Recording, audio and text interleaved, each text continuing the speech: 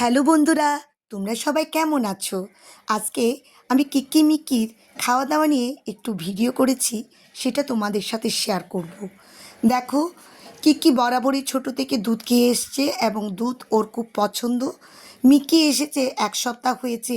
প্রথম প্রথম দুধ দিলে খেত না, এখন দেখি কিক্কির দেখা দেখি মিক্কিও দুধ খেতে পছন্দ করছে। তো দেখলাম দুইজনে খুব সুন্দর করে দুধ খেয়ে নিয়েছে। তারপর যখন দুপুর হলো, দুইজনকে ভাত দিলাম। কিকি মুরগির কলিজা দিয়ে ভাত মাখা পছন্দ করে, আর মিকি ভাত তেমন পছন্দ করে না। সে মাংস, হাড়, ঘিলা, কলিজা এগুলো খেতে পছন্দ করে। তো প্রথম প্রথম ভাত দিতাম, এখন ভাত দিই না। তারপরে দুটো করে দিয়েছি, ওর দেখি সেগুলোও খায়নি, শুধু হাড় আর কলিজা, ঘিলা এগুলো খেয়ে নিয়েছে। তো দুজনে খুব সুন্দর করে খেয়ে নিয়েছে। দুজনের খাদ্য অভ্যাস দুই রকমের।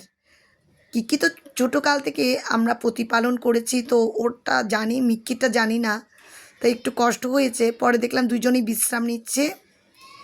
কিছুক্ষণ পর দেখলাম দুজনে খেলাধুলা করছে।